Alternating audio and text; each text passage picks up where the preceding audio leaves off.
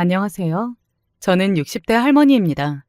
저는 일평생 초등학교 앞에서 분식집을 하면서 아들 하나만 바라보며 열심히 살았어요.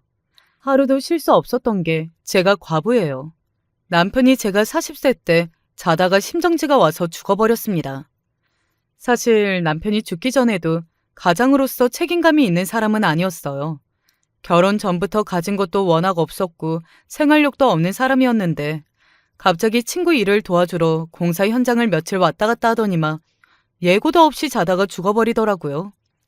결혼하고 남편과 사는 15년 동안 남편을 볼 때마다 느낀 게 어쩜 사람이 나약해도 저렇게 나약할 수 있는가였어요.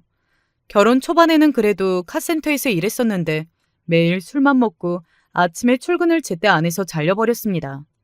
그 이후로는 제대로 된 일자리도 안 구하고 빈둥빈둥 놀면서 저한테 빌부터 살았죠. 결혼 초반에는 저도 남편에게 잔소리도 해보고 싸워도 봤죠. 애도 있는데 나가서 좀 벌어야 하는 거 아니냐고요. 그런데 남편은 제 말을 들은 채도 안 했어요. 오히려 취직이 안 되는 걸 어떡하냐고 큰 소리치고 매일 가게에 와서 할 일 없이 기웃거리다가 금고에서 돈을 가지고 나가 술만 마시고 다녔습니다. 그때만 생각하면 저도 지긋지긋해요. 아들한테 더 나쁜 꼴을 보이고 싶지 않아 꾹 참고 살았지만 어느 땐 저런 인간이면 아버지라도 없는 게 낫지 않나 싶어 매일 이혼을 생각하기도 했습니다. 남편을 미워하고 원망하기는 했어도 맹세코 남편이 일찍 죽기를 바라지는 않았어요. 다른 건 몰라도 남편이 아들이라면 끔찍했기 때문에 아빠로서는 잘했거든요. 남편이 나가서 돈을 벌어오지는 못해도 집에서 아들하고 잘 놀아주기는 했어요. 전날 술에 진탕 취해서 들어와도 제가 가게에 나가고 나면 학교에 다녀온 아들 간식도 챙겨주고 저녁도 차려주고는 했습니다. 그러다 보니 나에게는 0점짜리 남편이라도 아들에게는 80점은 되는 아버지였어요. 거기다가 나중에는 뭐라도 해보겠다고 그 힘든 공사장까지 나갔으니 자기 딴에는 가장으로서 노력하기는 한 거죠. 남편이 죽기 전날의 기억이 아직도 생생한 게 일하러 나간 지 일주일은 지난 것 같은데 저한테 돈을 한 푼도 안 줬어요. 저는 분명 일당을 받았을 텐데 어째 소식이 없나 싶어 남편에게 돈을 달라고 했습니다. 일당으로 받는다고 하더니만 어째 소식이 없어? 내일 진석이 급식비 내는 날이니까 급식비 내게 돈 좀 줘. 결혼하고 아들을 하나 낳고 사는 동안 남편이라고 제대로 생활비를 준 적도 없다 보니 돈을 달라는 말조차 어색했습니다. 그래도 매일 새벽마다 일하러 나간다고 왔다 갔다 하니 저도 돈 좀 받아보자 싶은 마음에 이야기했죠. 그랬더니 남편이 안주머니에서 봉투를 꺼냈어요. 그 모습에 저는 웬일인가, 정말 이 인간이 돈을 주긴 주려는 건가 기대했죠. 아이고, 오늘은 해가 서쪽에서 떴나? 웬일이래? 진짜 돈을 주기는 하려나 보네. 남편이 돈을 주는 게 워낙 귀한 일이다 보니 저는 웃음이 절로 나왔습니다. 그런데 역시나 사람은 변하는 게 아니었습니다. 남편은 봉투에서 돈을 꺼내 몇 번이나 세더니만 꼴랑 10만 원을 줬어요. 하루 일당이 10만 원이라더니 일주일을 나가서 일해놓고 꼴랑 10만 원 주는 거야? 이걸로 생활을 어떻게 하라고. 남편이 새벽부터 나가서 무거운 짐을 들고 고생해서 번 돈인데 5만 원이든 10만 원이든 주면 감사합니다 하고 받아야지. 감히 꼴랑이라니. 기대한 제가 잘못이었어요. 그릇이 그것밖에 안 되는 사람인데 생활비는 무슨 생활비를 주겠어요. 저에게 딸랑 10만 원 던져주고 나간 남편은 그날 꼭두 새벽까지 술을 먹고 들어왔습니다.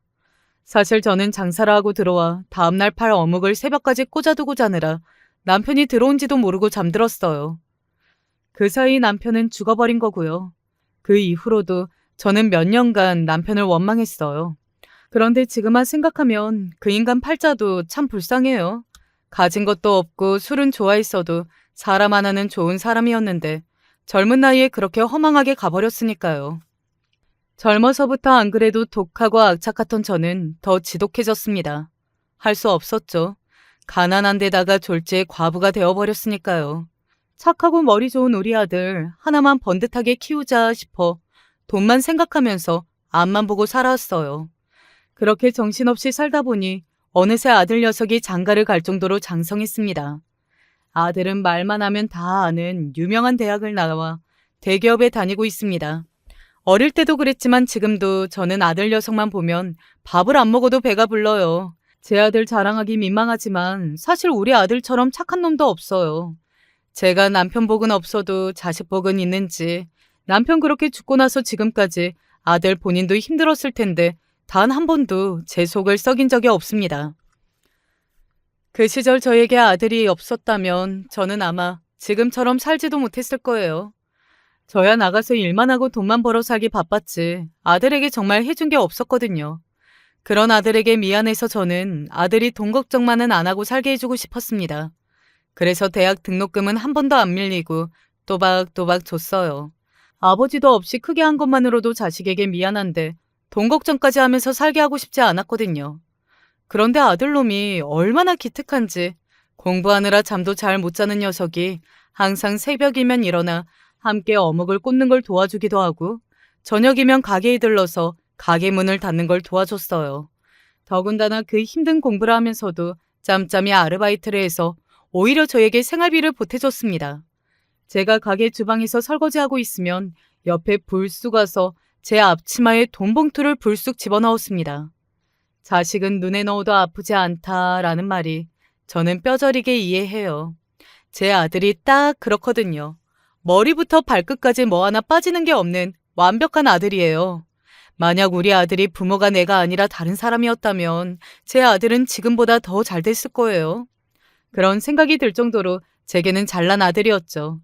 그런 아들이 씻을 수 없는 상처를 받은 적이 있었어요. 아들이 군대에 가기 전까지 내내 고등학생들 과외를 했었는데 그 과외 학생 중 한 여학생이 제 아들을 좋아해서 쫓아다녔나 봐요. 그 덕분에 제 아들하고 같은 대학에 들어가겠다고 악착같이 공부해 대학까지 따라왔답니다. 그런데 문제는 아들이 군대에 다녀오고 난 뒤였어요. 아들이 복학하고 나서 둘이 더 가까워져서 친하게 지냈는데 알고 보니 둘이 좋아서 사귀었나 보더라고요. 저는 전혀 모르고 있었습니다. 그런데 어느 날 갑자기 그 과외 학생이었던 여자아이 아버지라는 사람이 제 분식집에 온 적이 있어요. 그것도 학생들이 많은 점심시간이었는데 자신이 누군지 밝히지도 않고 가게에 들어와서 떡하니 앉아 음식도 시키지 않은 채 눈살을 잔뜩 찌푸리고 저를 노려보고 있었습니다. 저도 처음엔 그 남자가 누군지 모르다 보니 물을 떠서 컵을 건네며 주문하시라고 친절하게 대했죠. 그런데 그 남자가 다짜고짜 저에게 하는 말이 기가 막혔습니다. 다 쓰러져가는 건물에서 파는 이런 더러운 음식을 누구더러 먹으라고 주문을 하래? 마치 제가 못 먹을 걸 권하기라도 한 것처럼 남자는 미간을 구기면서 제가 만든 음식이 더럽다며 제가 건넨 컵을 손으로 밀어버렸습니다. 쨍그랑 물컵이 그대로 바닥에 떨어지고 말았어요. 저는 무례한 남자의 태도에 지금 뭐 하는 거냐고 소리를 쳤습니다. 그러자 자리에서 벌떡 일어난 남자가 제 얼굴을 날카로운 눈빛으로 쏘아보더군요. 그러더니 한다는 소리가 기가 막혔습니다. 가난한 집구석인 줄은 진작 알았지만 이 정도일 줄이야. 아휴, 대학만 잘 나오면 뭐래? 일단 집구석 안 봐도 뻔하지. 남자는 제 가게를 여기저기 훑어보더니만 혀를 끌끌 찼어요. 알고 보니 그 남자가 제 아들이 만나는 여자친구의 아버지더라고요. 내가 이런 데까지 오는 사람이 아닌데 내 딸년이 남자한테 눈이 돌아서 말을 안 들으니 할 수 없이 여기까지 찾아왔어요. 그쪽도 남편 없이 평생 가게 하면서 산전수전 다 겪으며 살았으니 알 거 아니에요. 내 딸이 어떤 딸인데. 난 절대 우리 딸, 이 코딱지만한 분식집이나 하는 집 아들내미하고 만나기는 절대 못 두니까 지금 당장 헤어지라고 해요. 안 그러면 그쪽 아들 창창한 앞날 내가 막아버리는 수가 있으니까. 제가 살면서 별의별 손님들을 다 보고 살았지만 살다 이런 일까지 당할 줄은 생각 못했습니다. 아들이 만나는 여자애가 무슨 언론사 대표 딸이라는데 잘 살아도 많이 잘 사나 보더라고요. 집안에서 미국인가? 어디로 유학을 보낼 생각이었는데 제 아들 때문에 자기 딸이 유학 안 가겠다고 하는 통에 집안이 발칵 뒤집혔다고요. 볼 것도 없는 놈 도대체 뭐가 좋다고 유학까지 포기하고 결혼하겠다나 뭐라나. 내 딸이지만 순진하고 착해 빠져서는 남자가 이용하는 것도 모르고 다 퍼주고 다니는 것도 모자라서 이런 집구석에 시집이라니 나 원참 기가 막혀서. 남자 말에 따르면 아들과 여자친구가 결혼까지 생각하고 있답니다. 이 남자는 그게 못마땅해서 분식집까지 찾아온 거였어요. 당장 제 아들에게 자기 딸 옆에서 떨어지라고 하라네요. 저기요, 듣고 보니 기가 막히네요. 내 아들이 이용하기는 누구를 이용한다고 그래요? 내 아들 절대 여자 이용하고 그러는 애 아니에요. 사실 저는 결혼이고 뭐고 들리지도 않았습니다. 제 아들이 마치 자기 딸을 이용해서 만나는 것처럼 말을 하니 그게 화가 치밀더군요. 매일 여기 서서 떡볶이만 만들고 있는 양반이 아들이 나가서 뭐라고 다니는지 어떻게 알아요? 아휴, 더 말 섞기도 싫으니까 좋은 말로 할 때 둘이 떼어놔요. 안 그러면 아줌마도 여기서 더는 장사 못하게 만들어버릴 테니까. 영화나 드라마에서나 봤지 살다 살다 저에게 이런 일이 일어날 거라고는 생각 못했어요. 그날 저는 혼이 나간 사람처럼 가게 문도 대충 닫고 집에 들어와 얼마나 울었는지 몰라요. 제 아들이 어떤 아들인데요. 중고등학교 내내 수제소리 들어가며 전교 1, 2등을 놓친 적도 없고 대학교에 들어갈 때도 수석으로 들어가서 장학금도 받았어요. 그게 어디 쉽나요? 그런 대단한 내 아들을 가지고 재수없는 소리나 짓거리니 속이 말이 아니었습니다. 먹은 것도 없는데 체한 것처럼 속이 답답했어요. 그리고 아들에게 너무 미안했습니다. 내가 부자는 아니어도 그래도 번듯하기라도 한 부모였으면 최소한 내 아들이 그런 취급은 안 받았을 텐데 이게 다 저 때문인 것 같았어요. 저는 이 일을 어떻게 하면 좋을까 고민하다가 아들에게 말을 해야겠다 싶었습니다. 아직 나이도 어리고 앞길이 창창한 내 아들을 생각해서라도 상의해야 할 것 같아서요. 그래서 마음을 먹고 아들에게 얼마 전 있었던 일에 대해 이야기했습니다. 아들이 만나는 여자친구의 아버지라는 사람이 나를 찾아왔다고요. 그러자 아들은 놀라 눈이 휘둥그레졌습니다. 그 대표라는 사람이 저에게 한 말까지는 아직 아들에게도 이야기하지 않았는데 아들은 속상한지 깊은 한숨을 연신 몰아쉬었어요. 그러더니 한다는 말이 놀라웠습니다. 대표님이 여기까지 오셨다고요? 도대체 왜? 정말 해도 너무하시네. 엄마, 걱정하지 마세요. 나 진아랑 이미 헤어졌어요. 다시는 이런 일 없을 거예요. 아들은 이미 그 여자친구와 헤어졌답니다. 저는 아들의 말을 듣자마자 걱정부터 앞섰어요. 그 대표라는 사람 때문에 제 아들이 견디지 못하고 좋아하는 여자랑 헤어진 것 같아서요. 우리 집이 분식집이나 하고 가난해서 그 집에서 반대하는 거지. 그래서 헤어지기로 한 거야? 저는 아들의 상황이 너무나 안타까워 눈물이 다 날 것 같았습니다. 이제 20대인 어린 제 아들이 집안 사정 때문에 그런 일을 당했다는 게 너무 속상해서요. 그 와중에 더 속상한 건 아들의 행동입니다. 지금 제일 힘들고 아픈 건 아들일 텐데 아들은 혹시나 제가 마음 상하기라도 했을까봐 오히려 저를 위로했어요. 진아 부모님이 반대하셔서 헤어진 거 아니에요. 제가 진아랑 헤어지고 싶어서 먼저 헤어지자고 했어요. 사실 군대 제대하고 저도 외롭고 힘들어서 진아 잠깐 만났던 건데 진아 부모님이 그렇게 심각하게 나올 줄은 몰랐죠 뭐. 그 여자친구는 너랑 결혼하고 싶다고 했다는데 너도 결혼 생각이 있었던 거 아니야? 아들은 진지한 관계가 아니었다고 했지만 제가 제 아들을 모르겠습니까? 외롭고 힘들다고 대충 여자를 만날 아이가 아닙니다. 제 나이가 몇인데 벌써 결혼 생각을 하겠어요. 저는 결혼 생각 전혀 없어요. 거기다가 제가 진아 과외하면서 진아 아버님을 몇 년을 봤는데요. 그런 말도 안 되는 사고방식을 가진 분이면 저도 장인으로 싫어요. 아들은 단호하게 여자친구와 더 진지하게 만날 생각이 없었답니다. 그런 장인이라면 본인이 더 싫다고요. 1년 넘게 만난 여자친구와 헤어졌는데 괜찮은 사람이 어디 있겠어요. 아들은 아니라고 했지만 본인들이 서로 싫어져서 헤어진 것도 아니니 그 마음이 괜찮을 리 없었죠. 저는 애써 돌려 말하는 아들의 마음을 알면서도 모르는 척했습니다. 그 대표라는 남자가 이상한 거지 제 아들은 절대 그런 취급을 받을 사람이 아니니까요. 제 아들의 진가를 알지 못하는 집안이라면 저도 그런 집안에 제 아들을 장가보내고 싶지는 않았습니다. 그리고 아들 말이 맞아요. 아직 나이도 어린 아이들 일에 그 정도로 참견하는 아버지가 있는 집안이면 저도 싫습니다. 저는 아들이 잘 결정할 거라고 생각해요. 지금 당장은 좀 힘들어도 앞으로의 미래를 봤을 때 옳은 결정이라고 생각했습니다. 제 생각대로 아들은 점점 더 완벽한 남자로 성장했어요.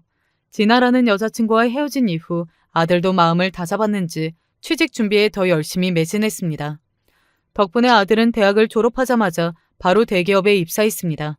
그때 일 이후로 달라진 건 아들뿐이 아니에요. 저도 달라졌습니다. 결혼하고 생계를 위해 지금까지 한 동네에서 오래되고 작은 분식집을 간신히 운영하며 아들 하나 보고 살았지만 더는 이러고만 있을 때가 아니라는 생각이 들었어요. 저는 그동안 모아놓은 돈으로 조금 더 번화가 동네로 가맹점 분식집을 열었습니다. 물론 분식집이 거기서 거기라고 생각들 하시겠지만 저로서는 큰 결심이었어요. 그동안 내내 혼자 손님을 상대하다 분식집 규모를 조금 넓혀가면서 제 여동생을 채용해 함께 일했습니다. 가맹점이다 보니 배달도 많아서 혼자 힘으로는 안 되겠더라고요. 새로 시작한 분식점이 자리도 좋고 번화가라 전보다 장사가 훨씬 잘 됐습니다. 거짓말 조금 보태서 전에 하던 가게보다 매출이 5배 올랐어요. 아들도 취직했고 가게도 장사가 잘 되니 여러모로 전보다 훨씬 사는 게 여유로워졌습니다. 그맘때는 세상 걱정할 게 없으니 평생 이렇게만 살아도 좋겠다 싶더라고요. 아침마다 양복을 입고 출근하는 아들의 뒷모습을 볼 때마다 마음이 울컥했습니다. 너무 좋아서요. 거기다가 제 아들이 어떤 아들입니까? 똑똑한 데다가 마음씨도 착해서 돈을 버는 족족 알뜰하게 모으더니만 30대 중반에 아파트를 분양받아 샀어요. 제 인생의 집을 사기는커녕 평생 아파트는 꿈도 못 꿔봤는데 아들 덕분에 제가 서울에 있는 아파트에 다 살게 됐습니다. 효자도 이런 효자가 없어요. 거기다가 제 아들이지만 착해도 너무 착한 게 아파트로도 모자라 이제는 건물까지 사주겠다고 하더라고요. 그동안 고생 너무 많으셨죠? 지금부터는 제가 돈 열심히 모아서 어머니 건물 사드릴게요. 더는 분식집 안 하고도 편하게 먹고 사실 수 있게. 세상에 이런 아들이 어디 있습니까? 공부해서 그 대단한 직장에 들어가 준 것만으로도 어미로서 너무 고마운데 아파트의 건물이라뇨. 저는 아들의 말만 들어도 배가 불렀습니다. 집도 너무 고마운데 건물은 무슨 건물이야. 엄마는 이 좋은 집만 있어도 평생 먹고 살 수 있어. 그러니까 지금부터는 우리 아들이 하고 싶은 거 다 하면서 살아. 매일 회사 집만 하는 것도 안쓰러워 죽겠는데 이제는 여자도 좀 만나고 장가갈 생각도 해야지. 걱정하지 말고 연애해 아들. 엄마가 집 사줄게. 그동안 회사 일에 열심히인 아들을 보면서 대견하고 기특했지만 한편으로는 걱정되는 게 있었어요. 대학 때 그런 일이 있고 나서 거의 10년이 다 되도록 아들은 통 여자를 안 만나는 것 같더라고요. 우리 아들 아무리 바빠도 여자는 좀 만나야지. 엄마 주변 사람들이 선짜리 소개해준다고 난린데 선 한번 볼래? 안 그래도 제 주변에서는 아들 선짜리 알아봐준다는 사람들이 줄을 섰어요.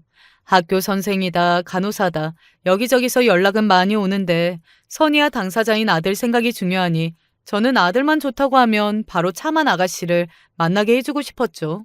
그래서 은근슬쩍 아들 생각은 어떤지 떠봤어요. 그런데 아들이 하는 말이 놀랍더군요. 이 녀석이 만나는 여자가 있다더라고요. 작년에 친구 소개팅으로 만난 여자가 있는데 최근에 좀 더 가까워져서 사귀기 시작했다고요. 저는 너무 잘 됐다고 어떤 친구냐고 꼬치꼬치 물었지만 아들은 아직 만난 지 얼마 되지 않은 사이라면서 말을 아꼈어요. 궁금한 건 많았지만 저는 꾹 참았습니다. 아무리 오래된 일이라고 해도 아들이 받은 상처를 누구보다 잘 아는 저로서는 괜한 참견하고 싶지 않아서요. 착하고 책임감 강한 아들이 어련히 알아서 잘할까 싶기도 하고 때가 되면 다 저에게 이야기할 테니 얌전히 기다리기로 했습니다.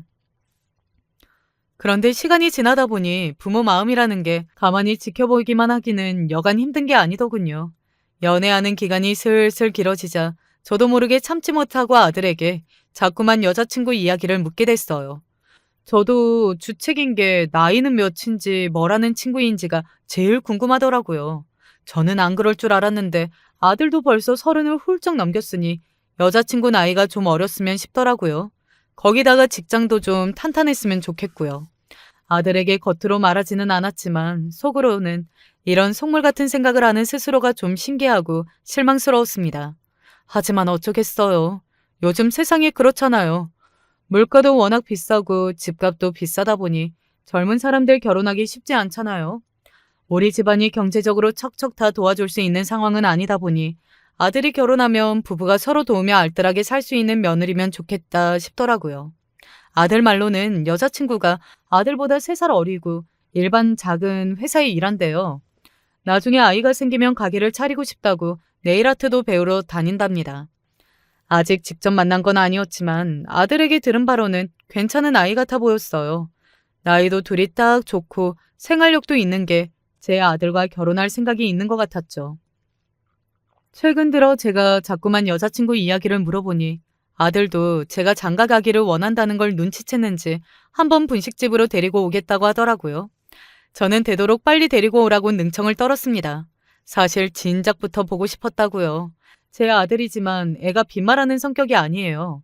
역시나 저와 이야기한 게 마음에 걸렸는지 며칠 뒤 바로 가게로 놀러 오겠다고 하더라고요. 저는 예비 며느리를 만날 생각에 너무 기분이 좋아서 아침에 여동생한테 가게를 잠깐 맡기고 목욕탕도 갔다 오고 미용실까지 갔다 왔어요. 시어머니 될 사람이 너무 초라하고 없어 보이면 며느리가 안 좋아할 것 같아서요.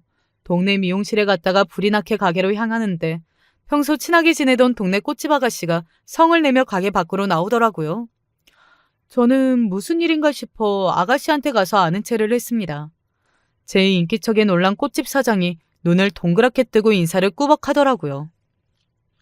우리 동네에서 제일 순한 꽃집 아가씨가 웬일로 이렇게 화가 났대? 무슨 일이 있었어? 그게요. 조금 전에 젊은 아가씨 손님이 왔었는데 진상도 이런 진상이 없더라고요. 핑크 수국으로 다발을 해달라고 해서 다 만들어놨더니 갑자기 꽃다발이 비싸다고 연신 난리를 피면서 돈을 깎아달라는 거예요. 원래 수국이 좀 비싸다고 했더니만 됐다고 그냥 다른 걸로 달라고 하더라고요. 뭐? 여기가 옷가게도 아니고 꽃집에 와서 기껏 만든 꽃다발을 비싸다고 바꿔달라는 게 말이 돼? 꽃집에 젊은 아가씨 손님이 왔는데 꽃다발을 만들기 전에 금액을 이미 다 말해줬는데도 막상 다 만들어줬더니만 금액이 비싸다고 다른 걸로 바꿔달라고 했대요. 세상에 참 별의별 사람이 많습니다. 무조건 꽃다발 비용을 깎아주던지 다른 걸로 바꿔달라는데 젊은 사람이 막무가내더라고요. 자기 약속 시간에 늦는다고 빨리 달라고 소리까지 지르면서 나더러 이런 코딱지만한 가게 하면서 그렇게 비싸게 받는 게 맞느냐고 하더라니까요. 순간 저는 제가 당한 일도 아닌데 화가 치밀었습니다. 10년 전 제 가게에 찾아왔던 남자가 떠올라서요. 멀쩡한 제 음식을 가지고 오래되고 낡은 가게라 먹고 싶지 않다고 했던 그 무례한 인간이요. 사람이라는 게 참 별것 없이 똑같은데 그걸 모르는 사람이 생각보다 많더군요. 학벌이 좋든 안 좋든 돈이 많든 적든 인성이 제대로 되어야 사람 대접 받는 건데 같은 말을 해도 무례하게 함부로 짓거리는 것들은 아주 한꺼번에 잡아다가 혼쭐을 내줘야 해요. 아이고, 젊은 애가 아주 상식이 없네. 그래서 어떻게 했어? 이미 꽃다발은 다 만들었으니 어떡해요. 못 팔면 더 손해인데. 그냥 10,000원 깎아줬어요. 어이구, 몇천 원도 아니고 10,000원? 무슨 그런 게 다 있냐? 우리 꽃집 사장 오늘 고생했네. 이따 가게 정리하면 놀러와. 내가 떡볶이 쏜다. 저도 가게를 오래 했다 보니 한 동네에서 장사하면서 매일 보다 보면 다 내 가족 같아요. 서로 힘든 일 있고 어려운 일 생겼을 때 도우며 살다 보면 그게 다 가족이죠 뭐. 진짜요? 너무 좋아요. 이따가 꼭 갈게요. 근데 사장님, 오늘 약속 있으신 거 아니에요? 너무 예쁘신데요? 아이고, 내 정신 좀 봐. 오늘 우리 아들 여자친구 놀러 오기로 했는데. 그럼 나 가볼게. 이따 꼭 와요. 아무리 가족 같아도 그렇지 약속이 있었는데 괜히 길거리에 서서 수다나 떨다가 예비 며느리와의 첫 만남에 늦을 뻔했습니다. 저는 부랴부랴 분식집에 갔어요. 저는 반가운 마음에 한껏 웃으며 분식집 안으로 들어갔습니다. 그런데 놀라운 일이 좀 있었어요. 아들 여자친구와 인사를 하는데 글쎄 아들 여자친구가 저에게 주겠다고 꽃다발을 준비했더라고요. 그것도 핑크 수국 꽃다발을요. 그 순간 저도 모르게 얼굴이 차갑게 굳고 말았습니다. 조금 전 꽃집에서 만난 사장과 했던 이야기가 떠올라서요. 저는 혹시나 하는 마음에 이 꽃다발 너무 예뻐서 그러는데 어디서 샀냐고 물었습니다. 그러자 아들이 하는 말이 자신이 먼저 분식집에 들어와서 이모를 도와주는 사이에 여자친구가 근처에서 사온 거라고 하더라고요. 저는 순간 뒷골이 쎄했습니다. 조금 전 꽃집에서 만난 사장이 말했던 개념 없는 아가씨가 바로 아가씨의 여자친구인 것 같아서요. 사실 저는 아들이 만나는 여자라고 하면 어떤 사람이든 상관없었습니다. 제가 말은 나이도 좀 어리고 직장도 탄탄했으면 좋겠다고 했지만 만약 그렇지 않은 아가씨라 아들이 데려오더라도 말릴 생각은 없었어요. 제가 데리고 살 것도 아니고 아들이랑 평생 살아야 하는 건데 아들이 골랐으면 제가 참견할 자격이 없다고 생각했거든요. 그리고 그만큼 제가 아들을 믿기도 하고요.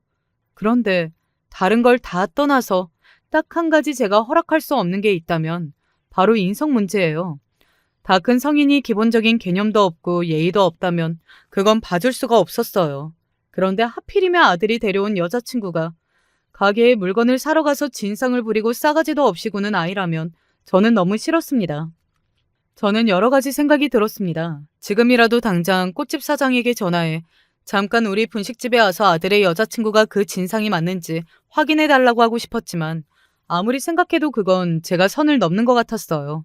그리고 만약 꽃집 사장이 아들 여자친구를 보고 그 진상이 맞는다고 하면 그건 또 그거대로 제가 어떻게 해야 할지 답이 없었죠. 그런데 그날 분식집에서 잠깐 만난 아들의 여자친구는 우려했던 것만큼 문제가 있어 보이지는 않았어요. 오히려 성격도 너무 밝고 애교도 많았습니다. 밥을 먹으면서도 연신 저와 아들을 챙기며 장사를 하는 제 동생까지 챙기는데 애가 참 싹싹하더라고요. 물론 제가 본 모습이 그 아이의 전부는 아니겠지만 그래도 제 아들이 많이 좋아하는 여자이고 저한테도 싹싹하게 자라니 예쁘긴 하더라고요. 그쯤 되니 제가 오해를 했을지도 모르겠다는 생각이 들었습니다. 동네에 꽃집이 그 집 하나만 있는 것도 아니고 직접 그 상황을 내가 본 것도 아니니 괜히 앞서서 사람을 마음대로 판단하지 말자 싶었습니다. 아들이 아직 결혼하겠다고 날짜를 잡은 것도 아닌데 좀 더 신중하게 지켜보자 싶었죠. 그런데 얼마 뒤 소소하다면 소소한 일이 좀 있었습니다. 제가 일을 끝내고 집에 들어가는데 아파트 입구 쪽에 익숙한 사람이 있더라고요. 다름 아닌 제 아들이었습니다. 그런데 아들은 정문 앞에 서서 연신 통화를 하면서 누군가 기다리는 것 같았어요. 저는 아들에게 다가가 여기서 뭐 하냐고 물었습니다. 그런데 아들이 하는 말이 차를 기다리고 있답니다. 저도 전혀 모르고 있었는데 알고 보니 아들이 차를 샀대요. 아들 앞에서 티는 안 냈지만 사실 조금 당황했어요. 차가 한두 푼 하는 것도 아닌데 저와 상의 한마디 없이 차를 샀다는 건 한 집에 같이 사는 부모 입장에서는 조금 서운하더라고요. 그런데 더 놀라운 건 아들이 산 차가 제가 한눈에 봐도 비싸 보이는 외제차였다는 겁니다. 회사까지 지하철 잘 되어 있다고 차 필요 없다고 하더니만 갑자기 차는 왜 샀어? 거기다가 이 차 외제차 같은데 엄청 비싼 거 아니야? 네 나이에 첫 차로 타기에는 좀 고가 아니니? 아들이 벌어서 알아서 산 차지만 그래도 평소 아들의 씀씀이를 생각했을 때 좀 고가라는 느낌이 들었어요. 그러자 아들이 하는 말이 본인도 좀 부담스럽긴 하다고 하더라고요. 사실 나도 아직 차는 필요 없다 싶은데 여자친구가 우리 나이에 매일 뚜벅이로 데이트하는 게 좀 힘들다고 하더라고. 앞으로 결혼도 하고 애도 나오면 어차피 필요하다고 해서 그냥 큰 마음 먹고 샀어요. 아들 이야기를 듣다 보니 아들 여자친구가 차 이야기를 했나 보더라고요. 나이도 있는데 차 없이 데이트하는 게 좀 힘들다고요. 사실 같은 여자로서 아예 이해 못하는 이야기는 아닙니다. 둘 다 30대고 직장인인데 데이트할 때마다 지하철 타고 버스 타고 다니는 게 아무래도 싫을 수 있죠. 그런데 아무리 그래도 그렇지 이렇게 고가의 차까지 살 필요가 있나 싶더라고요. 안 그래도 아들 여자친구에 대한 마음이 반신반의하던 차다 보니 저도 괜히 아들에게 말이 곱게 나가지는 않았어요. 결혼할 생각이 있으면 조금이라도 아낄 생각을 해야지. 아무리 할부라도 이렇게 비싼 차를 사? 아휴, 나도 모르겠다. 젊고 똑똑한 너희들이 알아서 하겠지. 저는 괜히 이래저래 신경 쓰이는 마음에 자꾸만 한숨이 튀어나왔습니다. 이번에 회사에서 성과금 나온 게 있어서 보태서 산 차라 할부 많이 안 내요. 그래도 오래 끌 생각으로 고민해서 산 거니까 너무 걱정 마세요. 아들은 걱정하지 말라고 했지만 저로서는 걱정됐습니다. 저희 또래 아들 둔 부모라면 다들 이해하실 거예요. 내 아들이 아무리 똑똑하고 잘나도 여자 잘못 만나면 다 말짱 꽝이라는 걸요. 아들들이야 장가 가면 남의 집 가장 되는 건데 제가 아무리 옆에서 이야기를 해봐야 뭐 하겠어요. 아들놈은 며느리 치마폭에 휘둘려 내 말은 듣지도 않을 거고 며느리는 무슨 말만 해도 참견하는 거라고 싫어할 게 뻔하잖아요. 그런 걸 생각하면 며느리도 참하고 똑부러지는 애가 들어와야 하는데 결혼도 하기 전부터 남자친구한테 외제차를 사라고 부추기는 여자애를 믿어도 될까? 걱정되더라고요. 그런 와중에 아들이 예고도 없이 결혼하겠다고 이야기를 하더라고요. 물론 결혼은 아들이 하는 거지만 아직 며느리 될 예에 대해 저는 잘 알지 못하니 갑작스럽긴 하더군요. 그러던 중 어영부영 상견례까지 하게 됐어요. 그런데 문제가 있었습니다. 사돈 뗄 사람들이 보통이 아니더군요. 상견례 장소를 결정할 때부터 이상했어요. 우리 집이나 사돈 뗄 집이나 서로 거리가 멀지 않아서 동네에서 상견례를 할까 싶었어요. 그런데 며느리 될 애가 하는 말이 상견례는 무조건 강남에서 하고 싶답니다. 부모님이 그러시는데 상견례는 강남에서 하는 거라고 하더라고요. 식당은 제가 강남으로 알아보고 그냥 예약할게요. 예비 며느리 사는 동네나 우리 동네나 다 거기서 거기라 사는 게 뻔해요. 제가 무시하려고 하는 말이 아니라 바깥 사돈도 일반 직장 다니다가 퇴직하고 지금은 동네 작은 건물에서 경비 일을 하고 계시다고 들었고 안 사돈은 평생 전업주부로 사셨다고 하더라고요. 제가 한 동네 오래 살다 보니 며느리 사는 동네 웬만한 집값은 잘 알아요. 사는 게 우리 집이랑 별반 다르지 않을 것 같은데 며느리 될 애도 보면 약간 경제관념이 없고 허세가 있는 것 같아서 걱정했는데 사돈도 이야기를 나누다 보니 며느리와 비슷한 것 같더라고요. 사돈, 이 식당 괜찮죠? 저는 얼마 전에 모임이 있어서 친구들이랑 왔었는데 고급스럽고 먹을만 하더라고요. 사돈도 장사만 하시느라 바빠서 이런 데 못 와보셨을 것 같아 여기로 예약하라고 했어요. 제가 분식집을 한다고 좋은 식당을 못 가봤을 것 같은지 안사돈은 은근슬쩍 저를 내려다보면서 미묘하게 기분 나쁜 소리를 하더라고요. 식당이 고급스럽고 좋긴 한데 너무 머네요. 동네에도 이런 좋은 식당 많은데. 저도 저인 게 며느리 될 애가 100% 마음에 들지 않으니 저도 모르게 자꾸만 말이 안 좋게 나오더라고요. 제 말투에 아들도 당황했는지 연신 옆에선 눈치를 보는 것 같았어요. 저는 괜한 소리 더 하고 싶지 않아 그냥 바로 본론으로 들어갔습니다. 제가 먼저 애들 신혼집에 관한 이야기를 꺼냈어요. 지금 우리 사는 동네가 애들 직장이랑 멀지 않아서 출퇴근하기 좋잖아요. 그래서 그냥 근처로 신혼집을 구할 생각인데 어떠세요? 집이라는 게 가깝고 멀고보다 미래를 생각해서 좀 널찍해야죠. 저기 사돈, 이왕이면 애들 신혼집으로 얼마 정도 생각하는지 정확하게 이야기해 주시겠어요? 그래야 우리도 안에 들어갈 혼수를 준비하니까요. 원래 상견례 자리에서 다들 이렇게 이야기를 하나요? 저도 상견례가 처음이라 주변 사람들한테 대충 물어보고 나오기는 했는데 다들 하는 말이 요즘은 예전하고 달라서 무조건 남자가 집을 하고 여자가 혼수만 해오는 문화는 아니라고 하더라고요. 워낙 집값이 비싸다 보니 양가 합의해서 결정한다는데 바깥 사돈은 집 이야기가 나오자마자 당연히 우리 집에서 집을 다 준비할 걸로 생각하는 것 같더라고요. 저는 더 이야기해봐야 괜히 서로 의만 더 상할 것 같아 있는 그대로 이야기를 했습니다. 저는 아들 앞으로 5억 정도 생각하고 있어요. 알아보니까 그 돈이면 우리 동네에서는 웬만한 아파트는 한 채 사겠더라고요. 5억. 저에게는 전 재산이나 다름없는 돈입니다. 남편 죽고 평생 분식집 하면서 안 먹고 안 쓰고 악착같이 모은 돈이에요.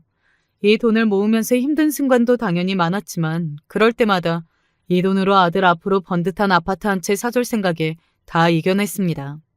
그런데 그때 사돈이 생각지도 못한 소리를 해댔어요.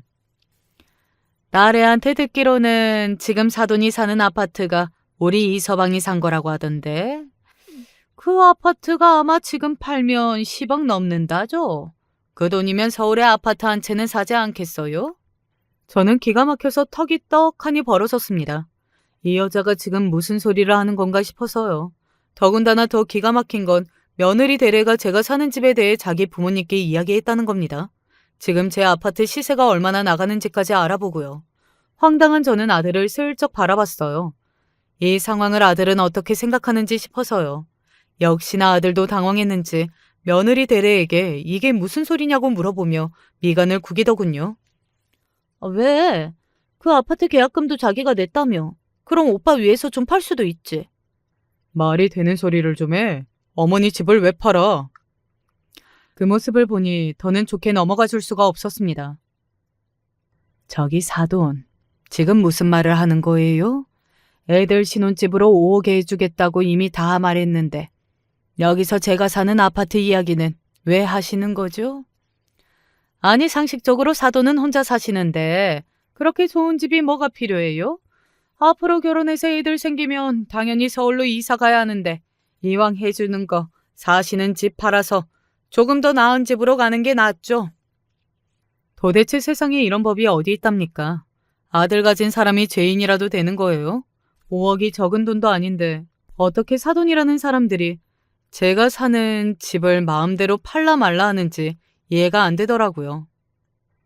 애가 생기면 당연히 서울로 가야 한다는 법이라도 어디 있습니까? 아, 그거야. 애들 교육 생각하면 당연히 서울로 가야죠. 우리도 지금은 경기도에 살고 있어도 애 학교 다닐 때는 힘들어도 서울에서 보냈어요. 아이고, 그러세요? 근데 어쩌죠? 우리 아들은 경기도에서 내내 학교 나왔어도 서울대만 잘만 들어갔는데. 사돈 말하는 꼬락서니가 하도 듣기 싫어서 저는 아들 자랑으로 마무리해버렸습니다. 그러자 둘 다 찍소리도 못하더군요. 그렇게 서울이 좋으면 자기들이 돈을 보태줄 것이지 저더러 사는 집까지 팔아서 주라는 건 말이 안 되니까요. 그때였어요. 가만히 듣고 있던 아들이 도저히 안 되겠다 싶었는지 나서서 한마디 하더군요. 장인 장모님, 그건 말도 안 되죠. 지금 어머님 사시는 집 어머니 명의고 대출도 어머님이 다 갚으셨어요. 그 집은 제가 산 게 아니라 어머니 집이에요. 예복의 이 서방, 그 집이 사돈집이라는 걸 몰라서 하는 이야기가 아니라 자식이 많은 것도 아니고 딱 아들 하나인데 결혼할 때 미리 정리해서 도와주면 더 좋다는 소리지. 기가 막히고 코가 막혔습니다. 세상이 아무리 요지경이라지만 하나밖에 없는 아들내미 결혼시키면서 사돈에게 이런 이야기까지 들으려니 참을 수가 없더군요. 제가 남편도 없이 혼자라 이런 모욕까지 당하는 건가 싶어 서럽기까지 했습니다. 저기요. 사돈이 자꾸 말도 안 되는 소리를 하시니까 제가 한마디 하는데요. 제 집은 말 그대로 제 집입니다.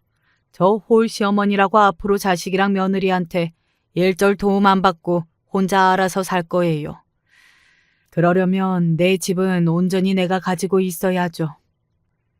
아들 결혼할 때 주려고 저 나름대로 힘들게 5억 준비한 건데 그게 부족하다고 생각하시는 거면 저는 더는 못 도와주니까 사돈들이 좀 도와주시죠. 요즘 세상에 남자가 집을 어떻게 다 합니까? 사돈도 딸랑 딸 하나인데 지금 사시는 집 좀 팔아서 서울에 아파트 한 채 해주세요. 이미 제 마음은 상할 대로 상했습니다. 아무리 사돈이 될 사이라고 해도 저렇게 기본이 안 된 인간들은 상대도 해주고 싶지 않았습니다. 그 순간 제 이야기를 듣고 예비 사돈도 기분이 상했는지 언성을 높이더군요. 그러더니 한다는 말이 가관이었습니다. 나 참 서울도 아니고 경기도? 애 아파트 하나 사주면서 생색 더럽게 내네. 내 딸이 어떤 딸인데 이렇게 예쁜 딸 데려가면서 나더러 집값을 보태라니. 완전 도둑놈 심보구만. 에이 됐다 됐어. 우리 그냥 파혼합시다. 난 내 딸 이렇게는 못 보내. 도대체 누가 누구더러 도둑놈 심보라고 하는지 모르겠습니다. 저도 이제는 될 대로 되라였습니다. 먼저 파혼 이야기를 꺼낸 것도 저 집구석이고 어차피 저도 저런 집안과 사돈되고 싶은 마음이 1도 없었으니까요. 그렇게 예쁘고 귀한 딸 저한테 파시는 것도 아니면서 뭘 그렇게 돈을 더 내라고 하세요. 누가 보면 제가 며느리를 돈 주고 사오는 줄 알겠어요. 뭐예요? 지금 말 다 했어요? 아니요. 말 다 안 했어요. 제 말이 틀립니까? 둘이 좋아서 하는 결혼에 집값으로 5억이면 충분하지.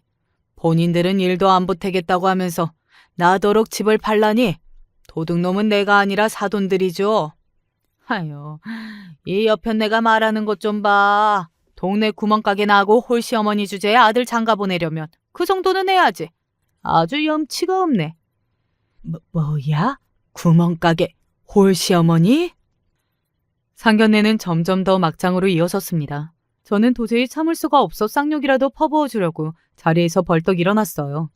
저런 인간들은 본때를 보여줘야 하니까요. 그런데 그때였습니다. 옆에 있던 아들이 저보다 먼저 자리에서 벌떡 일어났어요. 그러더니 하는 말이 놀라웠습니다. 장인 장모님, 제발 그만 좀 하세요. 엄마, 죄송해요. 아무리 생각해도 이 결혼은 아닌 것 같아요. 저 파혼할게요. 오빠, 지금 뭐라고 했어? 파혼? 말도 안 돼. 내가 오빠랑 파혼을 왜 해? 나 파혼 안 해. 아니, 못해. 사실 나도 너랑 결혼하는 거 고민 많이 했어. 그래도 서로 많이 좋아하니까 결혼해서 살다 보면 서로 이해하고 잘 살겠지 싶었는데 아무래도 안 되겠다. 다른 건 몰라도 우리 어머니한테 함부로 하는 건 절대 못 참아. 장인 장모님이 우리 어머니께 사과하지 않으시면 저는 이 결혼 절대 안 해요. 당장 사과하세요. 아들은 처음 보는 얼굴을 하고 예비 사돈과 며느리를 노려보며 당장 저에게 사과하라고 했습니다.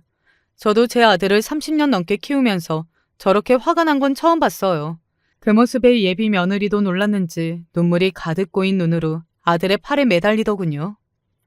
오빠, 무섭게 왜 그래? 알았어. 내가 어머니한테 사과도 하고 그냥 경기도 아파트에 가서 살게. 그러면 되지? 우리 결혼하는 거잖아. 그치? 며느리는 아들에게 애원했습니다. 파혼은 절대 안 된다고요. 아, 딸, 지금 무슨 소리 하는 거야? 우리가 저 여자한테 사과를 왜 해? 됐다 됐어. 애초에 홀시어머니라는 소리 들었을 때부터 마음에 안 들었는데 잘 됐어. 그냥 파혼해. 상견례는 결국 파국을 맞이했습니다. 아들은 뒤도 돌아보지 않고 저를 데리고 식당을 나왔고 예비 며느리는 울면서 자기 부모에게 끌려나갔어요. 에휴, 이래서 홀시어머니 자리에 며느리로 들어가는 게 아니야. 저것 봐. 결혼도 하기 전부터 며느리를 쥐잡듯 잡으려고 하잖아. 주차장에서 각자 갈라서는 와중에도 바깥사돈 자리가 막말을 퍼붓자 화가 난 아들은 창문을 열고 한마디 하려고 했지만 제가 말렸습니다. 아무리 화가 나도 여자친구의 아버지고 어른인데 함부로 하면 안 되는 거라고요. 집에 오는 길에 저는 아들에게 괜찮냐고 여러 번 물었습니다. 이번에도 또 저 때문에 아들이 결혼할 여자친구와 문제가 생긴 것 같아서요. 그러자 아들이 하는 말이 놀라웠습니다. 사실 제가 말을 안 해서 그렇지 이 결혼 고민 많았어요. 이렇게 정리된 게 오히려 잘 된 것 같아요. 저는 고민이 많았다는 아들의 말에 안쓰러워서 뭐가 그렇게 힘들었냐고 물어보고 싶었지만 아들이 더는 말하고 싶어 하지 않은 것 같아 말을 아꼈습니다. 그런데 바로 다음 날 새벽 생각지도 못한 일이 벌어졌어요. 가게에 나갈 준비를 하고 있었는데 누군가 초인종을 누르더라고요. 글쎄 아들 여자친구와 그 부모가 새벽부터 집 앞까지 찾아왔습니다. 더 놀라운 건 집 안에 들어온 사돈들은 고개를 바짝 숙이며 저에게 사과했다는 겁니다. 어제는 우리가 결례가 많았습니다. 하나뿐인 딸내미 시집 보낸다는 게 아무래도 너무 아깝고 서운해서 저도 모르게 말이 함부로 나왔어요. 저희가 하나라고 애를 너무 오냐오냐 키워서 철이 없습니다. 마음 상하게 해서 죄송해요, 사돈. 저는 이게 무슨 일인가 싶어 말문이 막혔습니다. 어제와는 전혀 다른 사람인 것 같아서요. 그런데 알고 보니 사돈들이 똥줄이 타서 저를 찾아온 거더라고요. 제 아들이지만 입이 참 무거워요. 아들이 저에게 하지 않은 이야기가 있었는데 그게 충격적이었습니다. 아들이 며느리 될 애랑 사귀는 동안 일이 많았더라고요. 저는 애를 본 지 얼마 되지 않아 그냥 좀 나이에 비해 철이 없는 정도로만 생각했는데 그게 아니었습니다. 애가 문제가 있는 애더라고요. 20대 때 명품에 빠져 신용카드를 만들어 몇 개를 가지고 돌려쓰다가 신용불량자가 돼서 부모가 한 번씩 싹 다 갚아준 적이 있대요. 그때 약속한 게 절대 신용카드를 만들지 않고 명품을 사지 않겠다고 했답니다. 그런데 제 아들을 만나는 동안 그 낭비벽이 도져서 또 부모님 몰래 신용카드를 만들었나 봐요. 그래놓고 또 카드를 돌려쓰면서 생각 없이 돈을 쓴 거죠. 그러다 아들에게 제발 도와달라고 사정을 했답니다. 이러다 또 신용불량자가 되게 생겼다고요. 부모님이 알면 집에서 쫓겨난다고 아들에게 돈을 빌려달라고 했대요. 아무래도 상황이 심각한 것 같으니 아들이 바로 카드값이 얼마가 되는지 확인했는데 말도 안 되는 금액이었답니다. 못 갚은 게 웬만한 빌라 전세금이었대요. 더군다나 문제는 갚을 돈이 아예 없는 상황이라 신용불량자가 되기 직전이었답니다. 이 정도로 대책이 없는 여자라는 걸 그제야 안 아들은 헤어질 결심을 했나 봐요.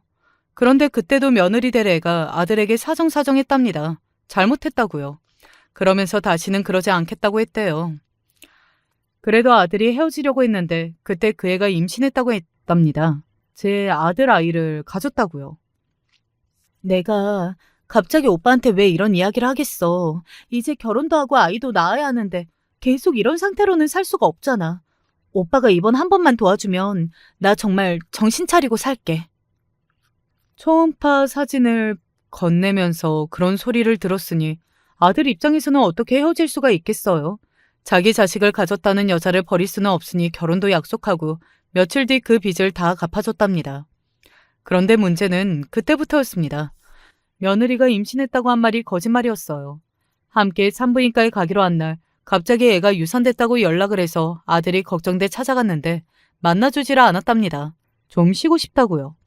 아들은 뭔가 이상하다고 생각이 들어서 며느리 될 애가 다녔다는 산부인과에 찾아갔답니다. 며느리 될 애가 건넸던 초음파 사진을 가지고요. 그런데 병원에서는 며느리 이름의 산모가 아예 없었습니다. 심지어 그 초음파 사진은 그 병원에서 찍은 것도 아니었어요. 알고 보니 며느리가 미리 당근에서 초음파 사진을 사서 준비한 거랍니다. 카드값을 아들이 안 갚아준다고 하면 임신했다고 하려고 미리 준비한 거예요. 그 이야기를 듣는데 저는 소름이 온몸에 돋았어요. 이 사실을 믿을 수 없었던 아들은 곧장 며느리를 찾아가 어떻게 된 일이냐고 따졌는데 처음엔 아니라고 병원에서 잘못 이야기한 거라고 우기더니 그 병원 초음파 사진이 아니라는 증거를 보여주자 그년이 무릎을 꿇고 빌었답니다. 그때는 나도 어쩔 수가 없었어. 그렇게 안 하면 오빠가 나 버리고 갈 것 같아서. 내가 오빠 얼마나 좋아하는지 알잖아. 제발 오빠 나 버리지 마. 오빠가 나 버리면 확 죽어버릴 거야. 거기까지만 들어도 제 아들이 그동안 얼마나 고생했을지 알겠더군요. 그 여자애는 정신이 나가도 단단히 나간 애였어요. 아들은 그때까지도 정신적으로 힘들었지만 그 애만큼 자신을 좋아하는 사람이 없으니 그런 일을 당하고도 다 안고 결혼하려고 했대요. 결혼만 해주면 정신 차리고 살겠다고 해서요.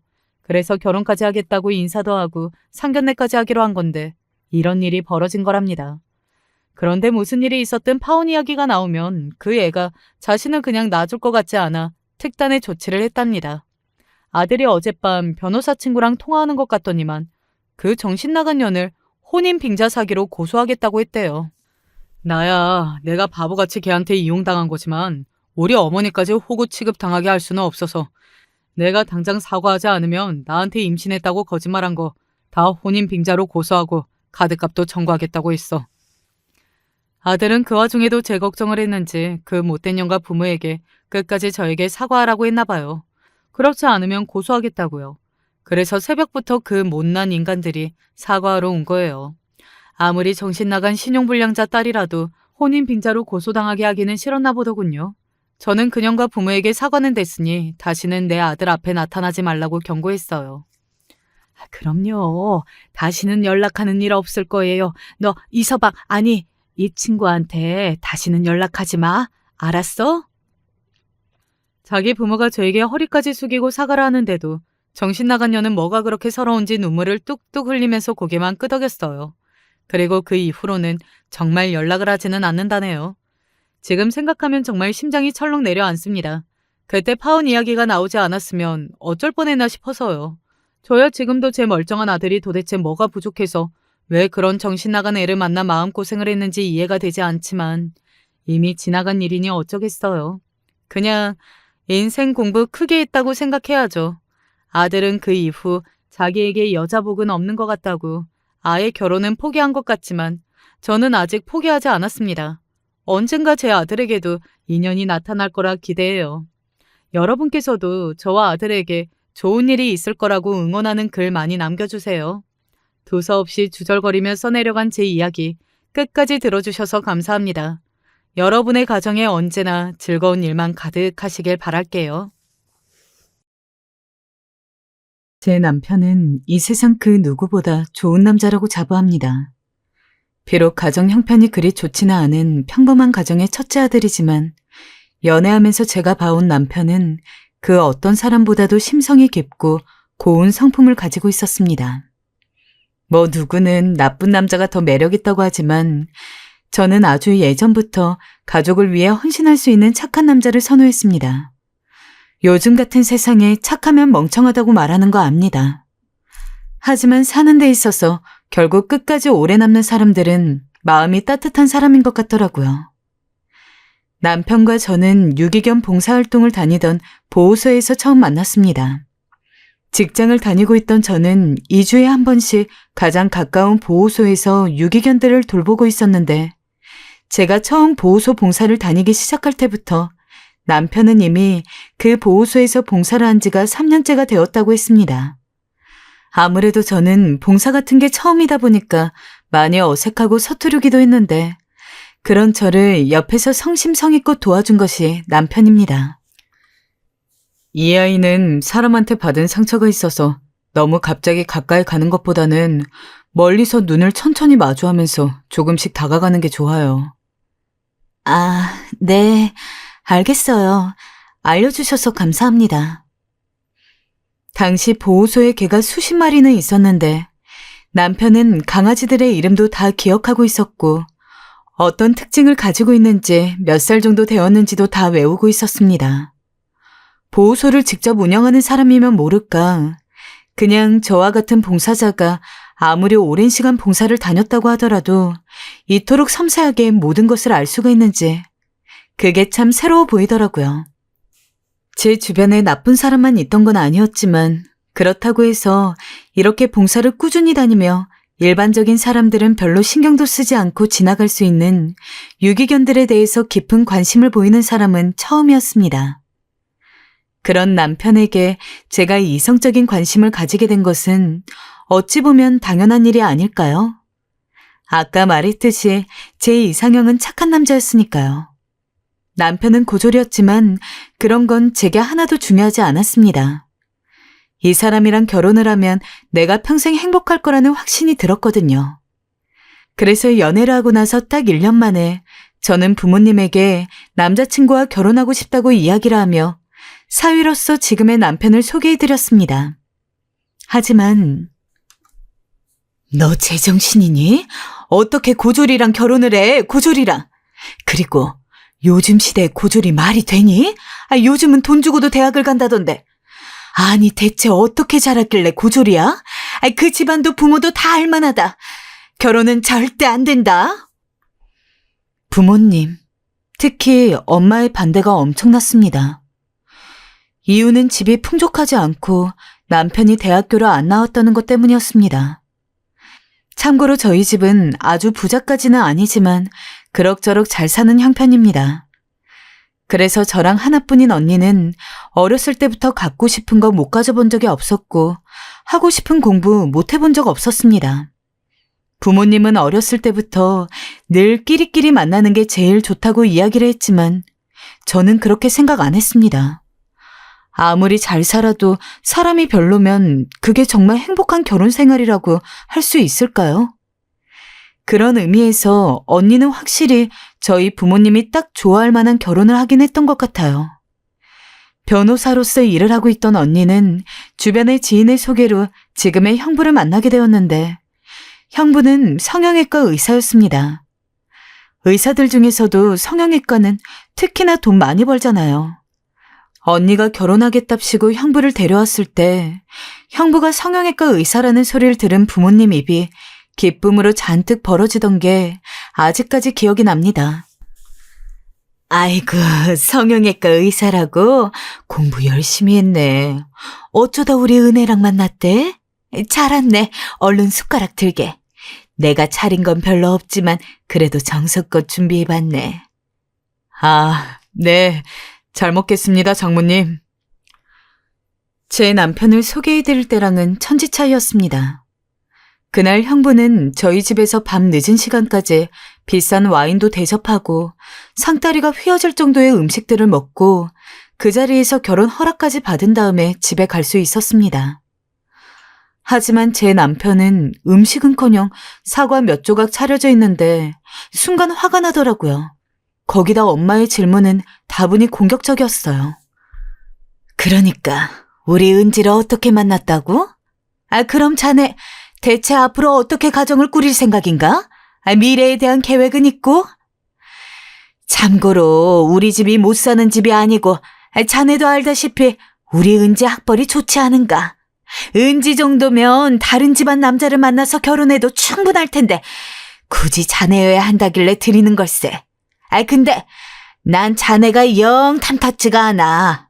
내 말 알아들었지? 남편은 잔뜩 홀대만 당하다가 부모님의 싸늘한 눈초리 아래에서 집으로 돌아갈 수밖에 없었죠. 내가 너무 미안해. 우리 부모님 때문에 섭섭했지. 섭섭하게.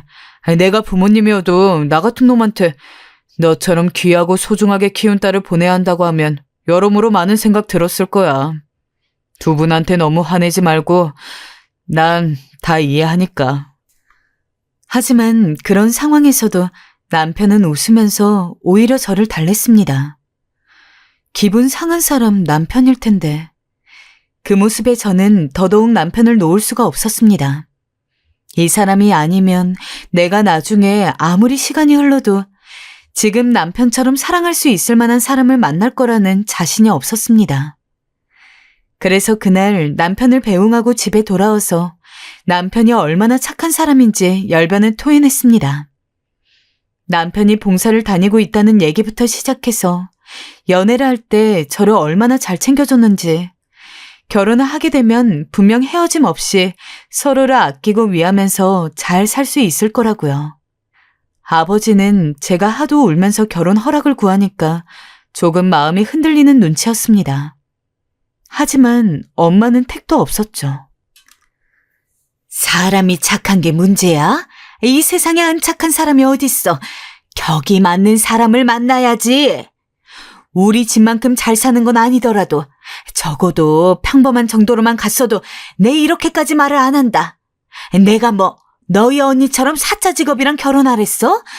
하다못해 집이 잘 살든가 그게 아니면 능력이라도 있던가. 집도 못 살아. 직업도 일반 회사원이야. 그리고 내가 인류 대학 나오는 사람 데려오라고 했어? 개나 소나 다 대학 갔는데 너는 뭘 믿고 고졸인 그런 놈이랑 결혼을 해? 엄마 죽는 걸 보고 싶어서 이러는 거야? 난 죽어도 결혼 허락 못하니까 당장 헤어져. 엄마는 죽어도 결혼 허락 못한다면서 당장 헤어지라고 윽박질렀습니다. 순간 저도 욱하더라고요. 엄마, 내 결혼은 왜 엄마 의견 맞춰서 해야 되는지 난 도무지 모르겠네요. 엄마가 자식 앞길 위한다 치고 이런 말 하는 것도 이해 안 되고요. 엄마가 정 못 굽히겠다면 짐 싸서 나갈게요. 그럼 되죠? 솔직히 일부러 세게 나간 것도 있었어요. 이렇게 하면 엄마가 포기할까 하고요. 근데 역시 저 낳아주신 저희 엄마답더라고요. 엄마는 자식이 부모한테 이런 말을 한다며 노발대발 하시더니 친절하게 짐까지 다 싸주셨어요. 그리고 나가라고 하시더군요. 이걸로 너랑 나는 인연 끝이다. 다신 집에 돌아올 생각 마. 사실 거기서 저도 포기해야 했어요. 엄마를 생각했더라면. 그런데 그땐 너무 젊었고 제 감정이 우선이었던지라 바보 같은 선택을 하게 되더군요. 전 다음날 짐을 싸서 편지 하나만 남겨두고 집을 나갔습니다. 나중에 돌아올 거라고요. 그리고 남편한테는 부모님이랑 잠시 따로 살기로 했다고 거짓말을 하고 평소처럼 데이트를 하며 지냈습니다. 저는 집에서 조금 떨어져 있는 곳에 작은 원룸을 잡아서 살았고요. 그러기를 3개월 정도, 저는 예상치 못했던 임신 소식을 듣게 됩니다. 평소 조심한다고 했는데 대체 어쩌다가 임신이 된 건지 저도 남편도 몰라서 너무 당황했죠. 남편은 기쁜 듯한 기색도 있기는 했으나 부모님이 자신을 받아들여주지 않는 것 때문에 제 걱정을 많이 했습니다. 그래서 저는 저만 믿으라고 내가 어떻게든 다 하겠다면서 그때까지도 집에 들어가지 않고서 남편과 함께 지냈어요. 그리고 약 10달 뒤 출산을 하고 나서 저는 아이를 품에 안고 거의 1년 만에 부모님 집에 들어가게 됩니다.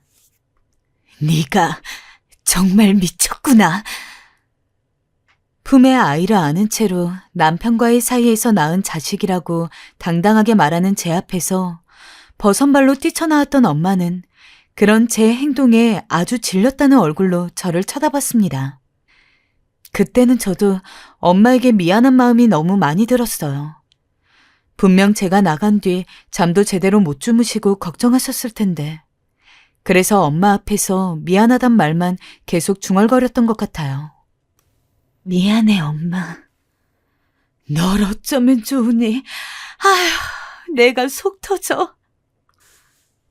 엄마는 한동안 어떻게 이런 일까지 저질렀냐며 저를 타박하고 질책하셨어요. 하지만 아이까지 낳은 이상 엄마로서도 계속 결혼을 허락하지 않을 수는 없었기에 거의 울며 겨자 먹기로 저와 남편의 사이를 인정해 주셨습니다. 하지만 여전히 남편을 좋아하지는 않았죠. 남편은 비록 의도하지 않은 임신이라고 하더라도 본인이 다 잘못했다고 생각을 해서 저와 결혼한 이후로 저보다도 더 친정집을 자주 찾으면서 부모님에게 효도를 하려고 했습니다. 됐으니까 오지 말아라. 이런 거 하나도 반갑지 않아. 하지만 그럴 때마다 엄마는 매일 쌀쌀하게 저희 남편을 내쳤죠. 그리고 그때마다 하는 말이 나한테 진짜 사위는 딱 한 명뿐이다. 였는데 그 이야기를 들을 때마다 저는 대체 형부가 얼마나 엄마를 극진하게 모시길래 저렇게까지 형부를 좋아하나 싶었습니다. 근데 어쩌다 언니랑 통화를 하게 되면서 알게 된 건데 형부나 언니나 엄마한테 별로 전화를 안 하더라고요. 언니, 엄마한테 전화해봤어? 곧 엄마 생일이잖아. 우리 살기도 바쁜데 어떻게 엄마를 챙겨. 엄마는 지금 아빠도 있고 알아서 잘 사시는데. 어? 아니, 그래도 생일인데 챙겨야지 않아? 엄마는 기대하고 있는 것 같던데. 그냥 돈으로 줄 거야. 엄마 돈 좋아하시잖아. 심드렁한 말투에 제가 더 놀랐습니다. 저는 내심 언니든 형부든 부모님을 잘 챙기고 있다고 생각을 했거든요. 게다가 저랑 남편이랑 직업 특성상 명절을 쭉 쉬는 게 힘들어서 보통 명절 오기 전주나 혹은 명절이 지난 다음 주에 부모님을 뵈러 가고는 했는데 언니랑 형부는 충분히 명절에 시간을 보낼 수 있었으면서도 1년에 한 번 부모님을 보러 올까 말까라고 했습니다. 지금은 언니가 형부를 따라서 이민을 간 상황인데 슬쩍 보니까 이민을 가서도 부모님한테 연락을 안 하는 건 매한가지인 것 같았어요. 언제는 이런 일도 있었어요. 엄마, 언니가 엄마한테 전화 자주 해? 그럼 자주 하지. 형부도? 그럼 일주일에 한 번은 한다. 왜 물어보니? 제가 뻔히 알고 있는데도 엄마는 천연덕스럽게 거짓말을 하더라고요. 그런 엄마의 모습을 보면서 참 여러 가지 생각이 들었어요. 엄마도 언니나 형부가 자기 생각 안 한다는 걸 알 텐데 왜 저리 목을 매시는지. 그러면서 솔직히 진짜 사위 노릇하는 사람은 남편밖에 없는데 대체 엄마는 왜 그렇게 형부만을 찾는 건지. 아마도 엄마는 자랑할 거리가 필요한 듯 보였어요. 우리 사위가 의사잖아. 내 딸은 변호사고. 그래서인지 이번에 용돈도 팍팍 주더라고. 아, 내가 전에 말했던가? 명품백 사서 보내줬다고. 아이, 그게 인터넷을 쳐보니까 300만 원이나 하대. 그래, 기집애야. 말했어. 너가 우리한테 직접 매개하고 자랑까지 했잖냐. 내가 아주 귀에 딱지가 않겠어. 너 그거 한 번만 더 말하면 10번째야. 그랬니? 아니, 그러지 말고 둘째 사위나 말해봐. 은지가 그러던데 사람이 성실하고 착하다고 하던데 봉사활동하다가 만난 사람이라며 그러면 인성은 좋겠네. 인성은 모르겠고 사위라고 자랑할 구석이 있어야 하는데 그런 게 없어. 애들아, 우리 딴 얘기하자. 집 자체가 좀 살았다 보니까 부모님은 자연스럽게 비슷한 환경의 친구들이 많았습니다. 그리고 대부분이 그렇듯 그 친구분들도 의사, 검사, 변호사 등 공부와 어지간히 해서는 명함도 못 내밀 만큼 좋은 직업을 가진 사위들이 대부분이었습니다. 엄마는 늘 그 사이에서 제 남편을 이야기하며 일반 회사원이라서 내세울 구석이 하나도 없다고 볼멘 소리를 내뱉었습니다. 엄마는 그저 사위를 다른 사람한테 내보였을 때 직업이랑 사는 것만 가지고 자랑할 수 있는 사위, 그리고 반대로 자랑할 수 없는 사위로 나누는 것 같았죠. 저희 엄마가 워낙 저런 식이니 오죽하면 엄마 친구들이 그러지 말라고 말릴 정도였죠. 그래서 어느 날은 엄마에게 대놓고 이 불만을 털어놓았어요. 그랬더니 엄마가 그러시더군요. 은지야. 세상엔 두 등급의 사람이 있다. 잘난 사람, 못난 사람. 내 딸이 하위 등급의 사람과 결혼했는데 내가 뭐 잘났다고 그런 사위를 내 친구들에게까지 들이밀며 자랑을 해야 하니? 내가 보살이야? 너도 나한테 그런 건 기대 마라. 결혼 허락하고 대접해주는 것만으로도 고맙게 여겨. 사람이라고 다 같은 사람이 아니라고, 은지야. 그때 전 정말 엄마한테 단단히 질려버렸어요. 우리 엄마가 이렇게까지 속물일 줄은. 정말 엄마이지만 그 순간만큼은 제 엄마라고 인정도 하고 싶지 않더라고요. 그래서 그날은 저도 남편에게 말했어요. 당신이 우리 엄마 챙겨주는 거 너무 고맙지만 나는 더 이상은 안 그랬으면 좋겠어. 우리 엄마 당신이 아무리 잘해줘도 그거 귀한 줄 하나도 모르는 사람이야. 나도 우리 엄마에 대해서 이렇게까지 나쁘게 이야기하고 싶지는 않은데 당신을 사랑해서 너무 안쓰러워서 그래. 착해서 손해를 보는 게 제 남편이었습니다. 솔직히 남편도 저희 친정집 가면 아버지는 몰라도 엄마는 여전히 자기를 좋지 않게 보고 있다는 걸 뻔히 알 텐데 남편은 그럼에도 불구하고 언제나 웃으면서 장모님 하면서 저희 엄마를 챙기려 들었어요. 장모님, 오늘 조기구이가 되게 맛있는데요? 역시 장모님 요리 솜씨 최고예요. 엄마에게 아무리 좋은 말 해봤자 때로는 모진 말까지 하는데도 남편은 여전했어요. 장모님, 제가 형편상 명품백은 못 사드려도 저번에 보니까 장모님 허리 아프신 것 같길래 안마기 하나 사왔어요. 이걸로 안마하세요. 장모님, 영양제 오늘 안 챙겨 드셨죠? 장모님 빈혈 있으시잖아요. 철분제 꼭 챙겨 드세요. 다른 건 몰라도 저는 이런 부분에 대해서는 저희 엄마가 무조건 잘못했다고 생각했기에 아무리 가족이라고 하더라도 엄마 편을 들고 싶진 않았습니다. 그것보다 당장 제 옆에 있는 남편이 상처를 받을까봐 더 무서웠죠. 하지만 제가 아무리 걱정스러운 얼굴로 이야기를 해도 남편은 그저 괜찮다고 언젠가는 자기 마음을 알아주실 거라면서 괜히 장모님 미워하고 그러지 마. 라며 어른스럽게 저를 달랬습니다. 세상 천지 어디에 이런 사위가 있습니까? 하지만 냉정한 저희 엄마는 아무리 오랜 시간이 지나도 저희 남편한테 따뜻한 말 한마디 해준 적 없습니다.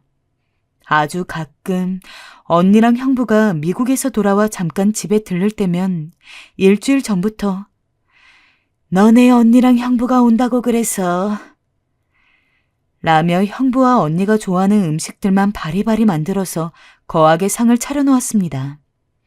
막상 집에 와도 형부나 언니는 엄마한테 별로 관심도 없는데 그냥 한마디만 해도 엄마는 배꼽 잡고 넘어갈 듯 깔깔 웃으면서 있는 대로 형부를 띄워주고 미국은 힘들지 않냐, 거기서 일하는 건 어렵지 않느냐며 아주 사소한 것까지 걱정을 못해서 안달이었습니다. 그 반의 반만이라도 제 남편한테 해줬으면 그 모습을 옆에서 보고 있는 저는 기가 차서 할 말이 많았지만 그럴 때마다 남편은 손을 꼭 잡아주었죠. 마치 괜찮다는 것처럼요. 그러던 어느 날이었습니다. 저희 엄마 생일날이었는데요. 그날은 저와 남편, 언니와 형부가 함께 모인 날이었어요. 저도 언니 얼굴 본 게 너무 오랜만이기도 하고 해서 이런저런 이야기를 나누고 있었고요. 역시나 이날도 엄마는 형부에게만 온 관심을 쏟고 있었죠. 그런데 갑자기 엄마가 저희 남편을 부르더니 정서방, 자네 과일 잘 깎는다 하지 않았나? 과일 좀 깎아오게. 하는 겁니다. 굳이 형부를 놔두고 저희 남편한테 시키려는 엄마 속이 보여 제가 벌떡 일어섰어요. 엄마, 내가 할게. 됐어. 너 괜히 하다가 손 베이지 말고 정서방 시켜라. 정서방, 뭐 하고 있어? 얼른. 아, 네, 장모님. 제가 맛있게 깎아드릴게요. 저희 남편 아무 말 없이 싱글벙글 웃으며 과일 깎아가지고 내오는데 눈물이 날 뻔했습니다. 그리고 이런 분위기는 계속 지속되었어요. 엄마는 뭘 할 때마다 괜히 남편을 시켜 이것저것 하게 했어요. 마치 대놓고 차별 대우라도 하는 듯이요. 하이라이트는 바로 엄마에게 선물을 전달해주는 시간이었죠. 아이고, 세상에 이게 뭐야? 이거 G사에서 나온 그 명품 구두 아닌가? 아니, 내가 이거 갖고 싶었던 거 어찌 알고. 엄마는 역시나 언니와 형부가 준비한 명품 구두를 받고 눈에 띄게 기뻐하셨어요. 그때부터 남편의 얼굴에선 식은땀이 흘렀어요. 저희가 준비한 건 언니네가 준비한 거에 비해선 금액적으로 약소했기 때문이었죠. 사실 저희는 홍삼 세트를 준비해 갔는데 그것도 사실 저희 생활 형편에 비하면 꽤 정성을 들여 준비한 것이었어요. 허나 저희 엄마는 그걸 보자마자 못내 받아드는 듯 홍삼을 받더니 저 구석으로 밀어 넣으시더군요. 그래, 뭐 고맙다. 준 거니 받긴 하마. 근데 이런 걸 뭐하러 돈 주고 사오니? 집에 널렸는데. 정서방, 자네가 고른 거지? 아, 네. 에이그, 그럼 그렇지. 엄마의 반응에 언니네 부부도 그렇고 저희 부부의 표정도 한순간에 굳어져 버렸죠. 이 분위기를 눈치채지 못하고 마냥 신이나 구두를 매만지는 사람은 엄마뿐이었어요. 결국 전 참지 못하고 일어서 버렸습니다. 엄마, 우리 가볼게요. 왜 벌써 가니? 내일 이 사람 출근도 해야 되고 저도 일이 있어서요. 언니 잘 돌아가. 형부 조심히 들어가세요. 그래, 그럼 그래라. 엄마는 배웅도 하지 않았어요. 저희가 분명 기분 상했다는 걸 알았을 텐데도 그저 가던지 말던지 니네 마음대로 하는 식이었어요. 그 후 저는 엄마랑 사이가 더욱 안 좋아져 가벼운 연락조차 하지 않게 되었어요. 어쩌다 엄마에게 전화가 오면 바쁘다는 핑계로 빨리 끊어버리거나 하는 식으로 대면대면하게 굴었어요. 허나 그러던 어느 날 충격적인 소식을 듣게 되면서 엄마와 다시 연락을 이어가게 됐어요. 뭐라고?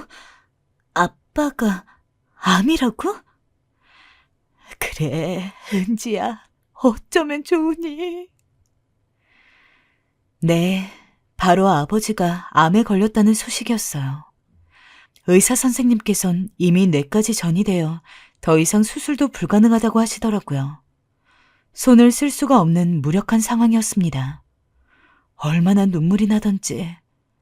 어렸을 적부터 그간 아버지와 함께한 시간이 주마등처럼 스쳐 지나가는데 그 슬픔을 참지 못하고 남편 품에서 울음을 토했어요.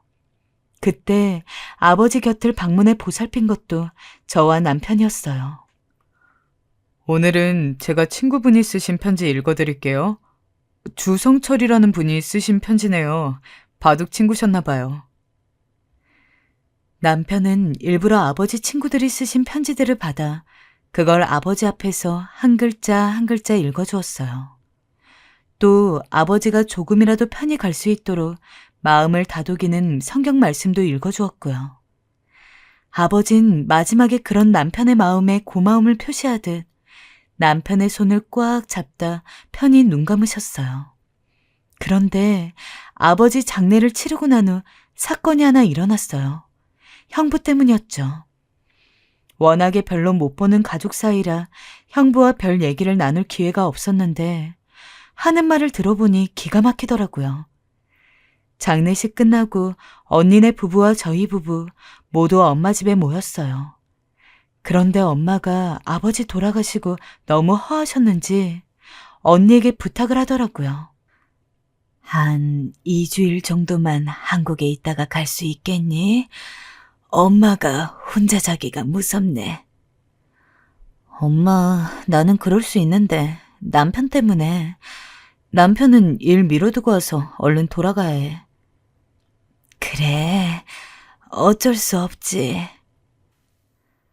언니가 안 된다 하자 그렇게 엄마가 애써 서운한 표정을 갈무리하고 언니와 형부 부부를 보냈어요. 저는 엄마를 위로할까 하다가 언니가 차키를 두고 갔길래 그걸 전달해 주려고 현관으로 다가갔어요. 아마 언니와 형부 부부는 제가 듣고 있는 줄 몰랐을 거예요. 신발장까지 나갔을 때 형부가 기막힌 말을 하는 게 들려오더라고요.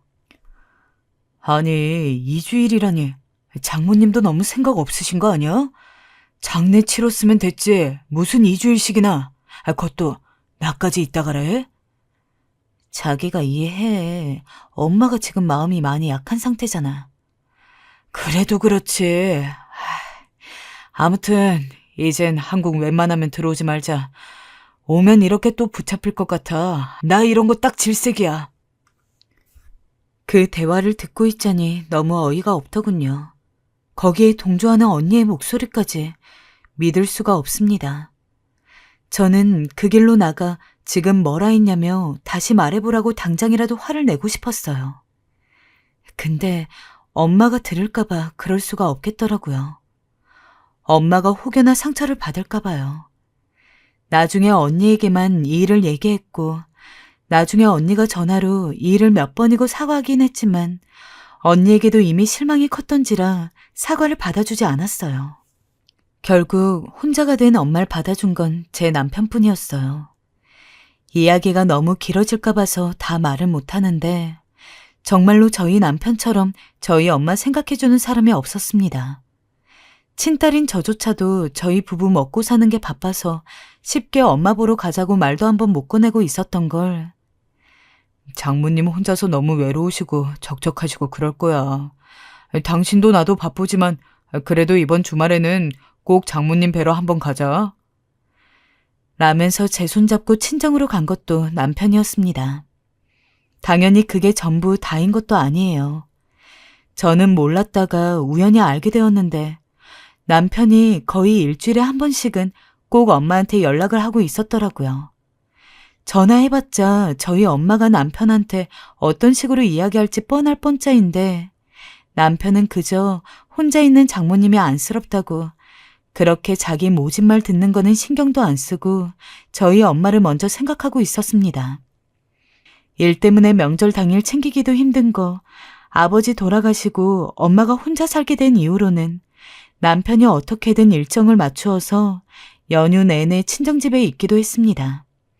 저희 엄마는 그때도 직접 찾아와서 자기를 돌봐주는 남편은 쳐다보지도 않고 언제쯤 형부나 언니한테서 안부 연락이 올까만 오매불만 기다렸습니다. 언제 한 번은 참다 제가 화를 낸 적이 있어요. 아무리 남편이 괜찮다고 하지만 보는 제가 너무 힘들어서요. 엄마, 이제 좀 인정해야 될 때 되지 않았어? 형부 의사인 거 나도 대단하다고 생각해. 근데 형부가 의사라서 엄마한테 지금 해주고 있는 게 뭔데? 가끔씩 드리는 용돈? 용돈은 우리 남편도 주고 있어. 아빠 돌아가시고 엄마 힘들 때 형부가 연락이나 한번 제대로 해본 적 있어? 없잖아. 근데 내 남편은 친딸인 나도 바빠서 엄마 생각 못하고 있는데 자기가 먼저 엄마 힘들 거라고 우리가 같이 찾아뵈야 한다면서 나 데리고 친정집 오는 사람이야. 내가 엄마는 고마움 같은 거 전혀 모르는 사람이니까 그만하라고 소리를 지른 적도 있는데 그때마다 내 남편은 엄마 편들어. 좀 해도 너무하다고 생각하지 않아? 제 남편을 위해서라도 엄마가 좀 알아줬으면 했습니다. 제 남편이 평소 엄마를 장모님으로서 얼마나 극진하게 모시려고 하는지. 집에 있을 때도 저보다도 엄마 이야기를 많이 꺼내는 게 제 남편입니다. 솔직히 이렇게까지 피 한 방울 안 섞인 장모를 어떻게든 대접하고 모시려고 하는 사위가 세상에 얼마나 많이 있다고. 엄마는 이런 귀함을 알 생각조차 안 하는지. 하지만 그때까지도 저희 엄마는 이렇게 말했어요. 내가 그때로 돌아가면 네 머리를 싹 밀어버리고 방에 가둬놨을 거다. 그러니 나한테 고졸 출신을 사위로 인정하라는 말은 입 밖으로 꺼내지도 말아라.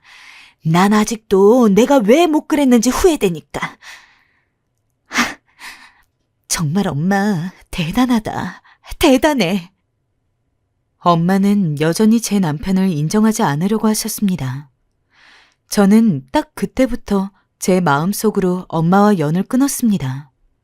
아무것도 모르는 남편은 왜 그렇게 연락 한 번 안 하냐고. 한 번 정도는 연락을 좀 드리라고 살살 구슬리기도 했지만 저는 아무 말도 안 하고 엄마한테 연락이 오는 것도 받지 않고 제가 먼저 연락하는 일도 없었습니다.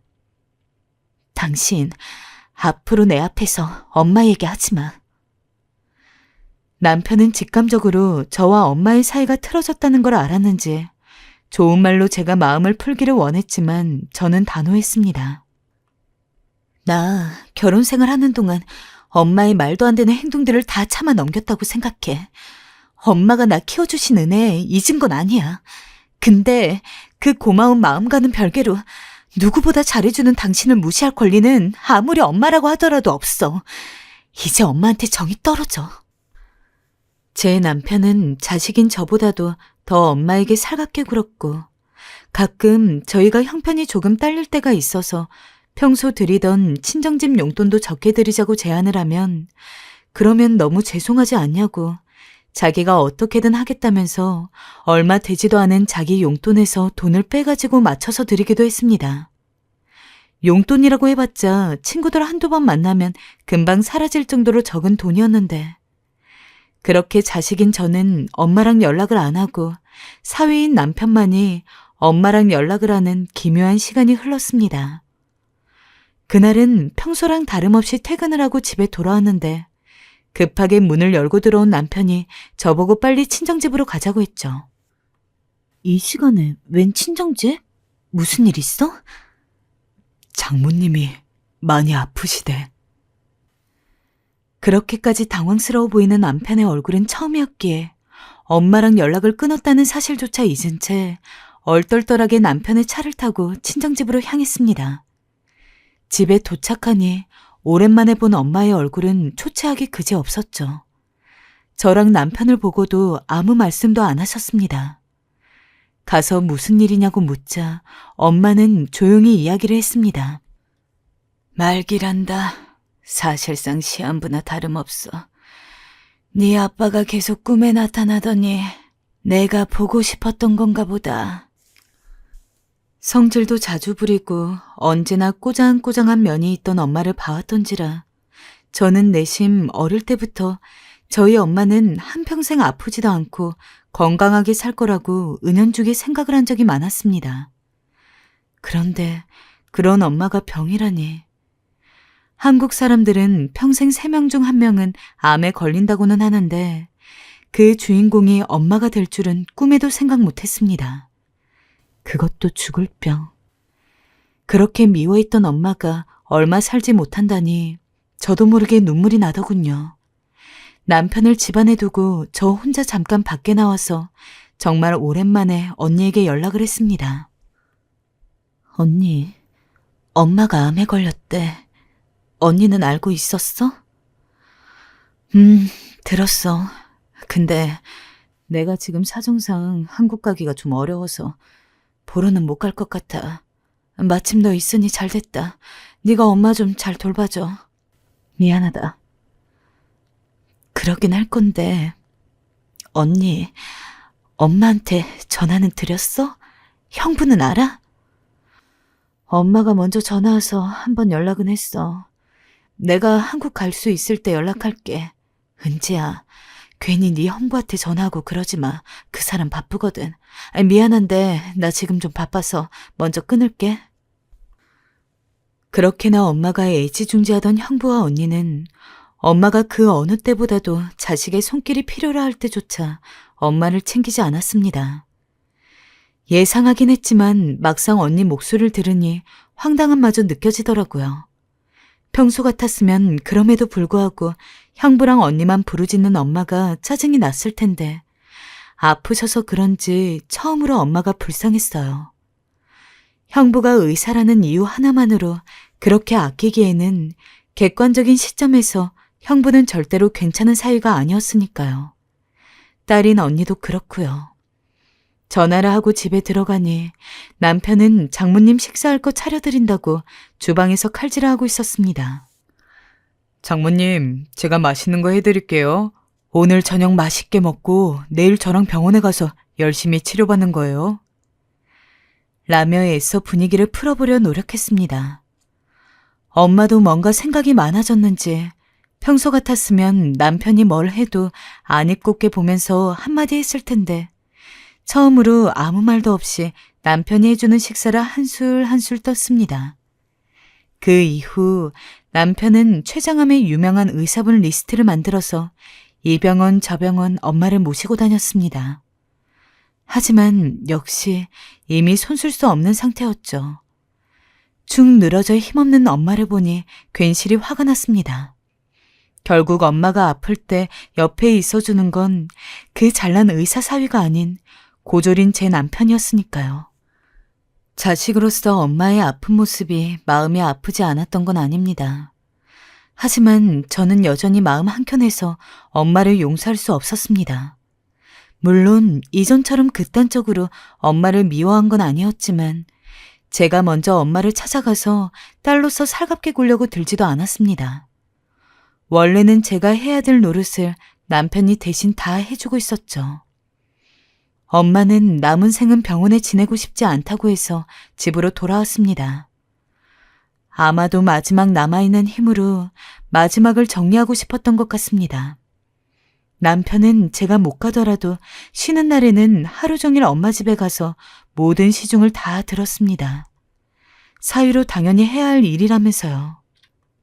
여보, 일도 많은데 너무 무리하지 마. 내가 가도 되니까. 아니야, 내가 이러는 게 마음 편해. 장모님도 나 보고 싶어 하시고. 엄마가 당신을 보고 싶어 한다고? 그럼 나만큼 살가운 사람이 어디 있다고. 남편은 그렇게 말하면서 엄마 집으로 향했어요. 그러던 어느 날은 남편과 함께 엄마를 보러 갔어요. 엄마의 얼굴이 많이 말라있더군요. 엄마, 나 왔어. 엄마는 제 말에 힘겹게 고개를 끄덕이셨어요. 그리고 남편을 보자 조금 웃으시더라고요. 엄마가 그토록 따뜻하게 남편을 향해 웃은 건 처음 보는 일이었어요. 그제야 남편이 제게 했던 엄마가 자기를 보고 싶어 한다는 그 말이 진짜라는 걸 알 수 있었습니다. 왜였을까요? 엄마의 웃음을 보는데 한 번은 묻고 싶었던 질문을 이젠 하고 싶더라고요. 그래서 저는 남편이 없을 때 엄마 곁에 낮게 앉아 물어보았습니다. 왜 그리 남편을 싫어했냐고요? 왜 그리 모질어야 했냐고요? 고졸 출신이라 그랬어? 그냥 엄마 마음에 안 들어서? 대체 왜 그랬어? 왜 그랬어? 말을 해봐. 그러자 엄마는 아무 말 없이 고개를 벽 쪽으로 돌리셨어요. 엄마가 대답을 원치 않았기에 더 물을 수 없었지만 엄마의 약해진 뒷모습에서 저는 엄마의 숨은 감정을 느낄 수 있었어요. 아주 작은 목소리로 제게 말씀하신 것 같았습니다. 후회한다고요. 하지만 언젠가부터 집에 돌아오는 남편의 얼굴에 근심이 가득해지기 시작했습니다. 증상이 더 심각해진 이후로 엄마는 호스피스 병원에 입원해야 했거든요. 그럴 때마다 엄마가 점점 기운이 없어 보이는 얼굴을 해서 그게 걱정이 되었던 모양입니다. 친엄마도 아니고 그렇게 모질게 굴었던 장모에게 말입니다. 엄마는 병원에 있으면서 몸은 힘들지만 유독 많이 웃었습니다. 남편 덕분에요. 남편이 노래도 불러주고 같이 사진도 찍고 하면서 엄마는 서서히 본인의 마지막을 받아들이셨어요. 근데 그 모습이 좋아 보이면서도 문득 서럽더라고요. 왜 건강할 때 남편을 싫어했는지. 만약에 진작에 남편을 인정하고 좋아해줬다면 한 가족으로서 셋이 너무나 즐겁게 보낼 수 있었을 텐데. 나도 엄마를 원망하지 않았을 텐데. 남편을 잠깐 내보내고 엄마에게 원망도 토로하고 팠지만 달라지는 건 없었습니다. 여전히 엄마는 병상에 누워 마지막만을 기다리고 있었으니까요. 대신 저는 엄마를 용서했습니다. 저희 남편에게 모질게 대하고 저에게까지 상처를 주었던 엄마를 정말 가슴 깊이 용서했어요. 그리고 다른 말로 그 말을 입 밖으로 꺼내었어요. 엄마, 나 사랑해줘서 고마워. 나도 사랑해.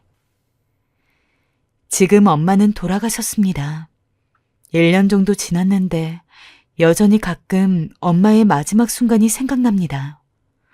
돌아가시기 직전 마지막 숨을 쉬고 있던 엄마는 헐레벌떡 뛰어오는 저와 남편을 보고서는 눈가로 눈물 한 줄기를 흘리셨습니다.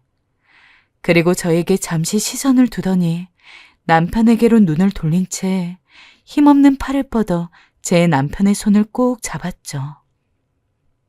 미안하다. 너무 미안해. 그게 저희 엄마의 마지막 말이었습니다. 남편은 장례식장에서 장모님을 부르짖으며 한참 동안 울었고 저는 그런 남편을 달래느라 바빴습니다. 장례식이 끝나고도 여전히 남편은 기운 없이 굴었습니다. 그런 저는 이후 엄마의 유품을 정리하면서 발견한 편지 한 통을 남편에게 건네었어요. 형부도 딸인 저와 언니도 그 누구에게도 아닌 오직 저희 남편에게만 남긴 엄마의 편지였죠. 우리 정서방, 내가 너무 미안한 게 많아. 지금껏 나 같은 사람도 장모라고 지극히 아껴준 정서방을 사위라고 생각지도 않은 내가 참으로 바보였어. 모진 말에 마음도 아팠을 텐데 언제나 웃는 얼굴로 장모님 하고 부르던 목소리가 어찌 이제서야 이리도 가슴에 와닿는지. 장모로서 따뜻한 밥 한 끼도 못 해주고 매일같이 매몰찬 말만 하고 떠나서 정말 미안하네. 내 죽어서도 정서방 같은 사위가 있었음을 잊지 않을게. 부디 나를 용서하지 말게. 살아서 정서방에게 진 죄는 죽어서 내가 다 갚을 테니 다음 생에는 꼭 다른 착한 장모의 사이로 태어나서 사랑 마음껏 받게나. 이런 말 죽는 마당에 다 소용없는 거 알지만 그래도 참 고맙고 고마웠네. 마지막으로 우리 딸 잘 부탁하네. 자네가 우리 딸 곁에 있어서 걱정 없이 떠날 수 있네. 엄마는 죽음을 목전에 두고 나서야 저희 남편 같은 사람이 없다는 것을 깨달으신 모양입니다. 마지막을 준비하면서 오직 남편에게만 편지를 남겼으니까요. 남편은 여전히 엄마가 생각나는지 마음이 울적할 때 하면 그 편지를 꺼내보는 것 같습니다. 조용히 방 안에서 우는 소리가 들리면 저는 못 들은 척하고 다른 일을 하고는 해요. 그리고 저도 가끔은 그 편지를 보며 엄마를 생각하곤 합니다. 엄마를 많이 미워하고 원망하긴 했지만 미우나 고우나 제 엄마이니 그리운 건 어쩔 수가 없더라고요. 이 사연을 통해 전하고 싶습니다. 엄마, 아버지와 함께 그곳에서 부디 편안하게 지내고 계시라고요. 다시 만나는 그날까지 많이 웃으시며 저희 사는 거 끝까지 지켜봐 달라고요. 잘 살겠다고요. 그리고 남편에겐 아내로서 저희 엄마가 그동안 남편에게 못해준 만큼 제가 더욱더 잘해주려고 해요. 다들 시간 내어 제 이야기 들어주셔서 감사합니다.